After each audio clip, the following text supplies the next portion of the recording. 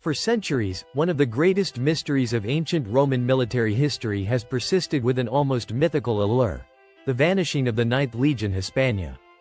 This elite Roman unit, once renowned for its ferocity and discipline, seemingly disappeared from the annals of history without a trace. Did it meet its doom in the cold northern mists of Caledonia? Was it ambushed and annihilated by rebellious Britons in a final stand? Welcome to History Facts and Mysteries, the place where we unravel the forgotten threads of the past to illuminate the world that was, and could have been.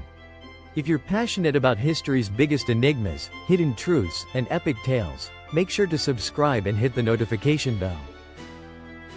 The rise of the Ninth Legion, from Hispania to glory.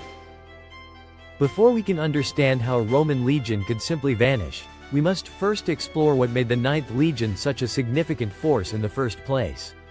Originally known as Legio IX Hispana, the unit most likely earned its name during Rome's brutal campaigns in the Iberian Peninsula. Its origins trace back to Julius Caesar, who likely formed it around 58 BCE, during his campaigns in Gaul. It marched through blood and conquest, shaping the path of the empire with every campaign, solidifying its reputation not only through victories but through unwavering discipline and fearsome resolve. In Hispania, the legion gained recognition for its effectiveness in quelling resistance, possibly explaining the honorary title, Hispania. It also participated in the civil war between Caesar and Pompey. The Vanishing Act. Disappearance from the historical record. What makes the story of the Ninth Legion so compelling is the eerie silence that surrounds its final days. After decades of loyal service, the legion effectively disappears from Roman records. Its name stops appearing in inscriptions, official documents, and military rolls. This abrupt cessation of evidence has led scholars to wonder whether the legion was annihilated in battle, reassigned under a different designation, or gradually phased out during administrative reforms.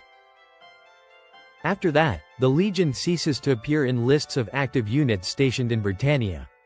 This gap in documentation is particularly striking given the Roman penchant for record-keeping and administrative detail. Roman military structure was meticulous, and the disappearance of a whole legion, typically comprising 5,000 to 6,000 soldiers, not only raises logistical questions but cultural ones as well. Archaeological clues. Digging through the fog of war.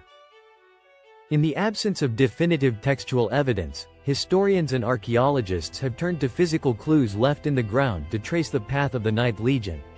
Eboracum, where the last confirmed inscriptions of the legion are found, has provided tantalizing fragments, tiles stamped with Legio IX Hispana, stone dedications, and a few military artifacts that confirm the presence of the legion in the early 2nd century. But after that, the trail grows cold. No subsequent artifacts from the 9th have been conclusively identified in Britain. This silence is deafening. For a unit that had played such a central role in Roman Britain, to leave no trace of its movement, departure, or destruction is extraordinary. Some archaeologists have looked to the Netherlands and the Balkans for further clues. A tile found in Nijmegen, dated to the early 2nd century, bears the mark of the 9th, suggesting that at least a detachment or remnant may have served in the region. Political intrigue and imperial priorities. To fully understand the mystery, we must examine the broader political and military climate of the Roman Empire in the early 2nd century. The Emperor Trajan ruled until 117 CE and was one of Rome's most militarily active emperors. His Dacian wars and subsequent eastern campaigns stretched the empire's resources thin, necessitating the constant reshuffling of legions across the vast territory. The notion that Legio IX Hispana was simply transferred elsewhere is not outlandish.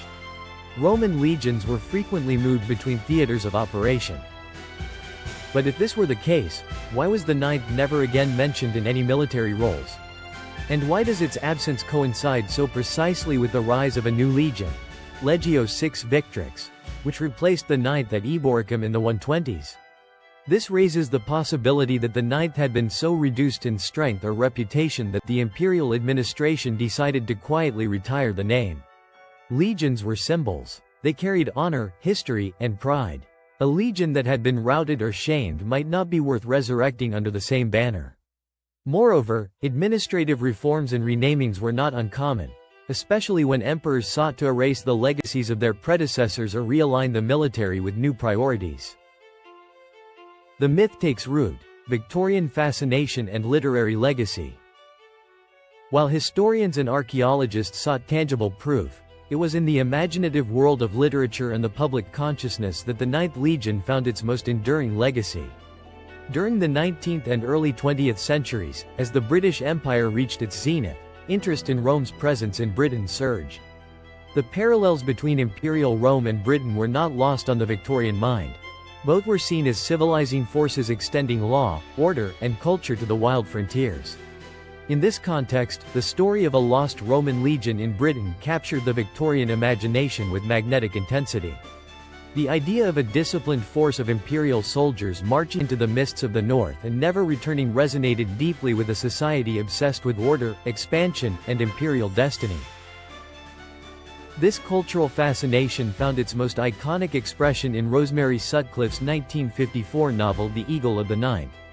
Aimed at younger readers but universally beloved, the novel imagines a heroic journey to retrieve the lost eagle standard of the Ninth, a symbol of the Legion's honor. Though fictional, Sutcliffe's narrative cemented the image of the Ninth as a tragic but noble band swallowed by the wilds of Caledonia. The success of the novel inspired several adaptations, including films and television series, all reinforcing the idea of the Ninth's doom. The Roman military machine and the nature of disappearance.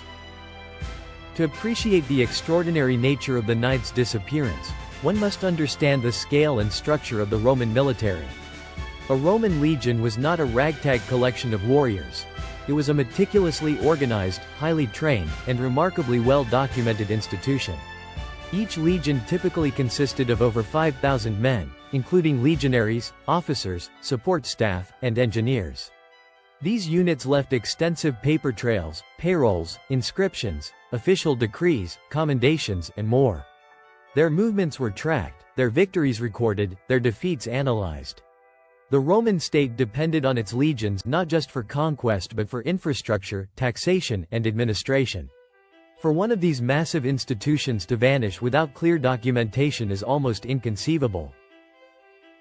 If you enjoyed this deep historical journey into the enigma of the lost Ninth Legion and want more gripping explorations of history's greatest mysteries, make sure to subscribe to History Facts and Mysteries.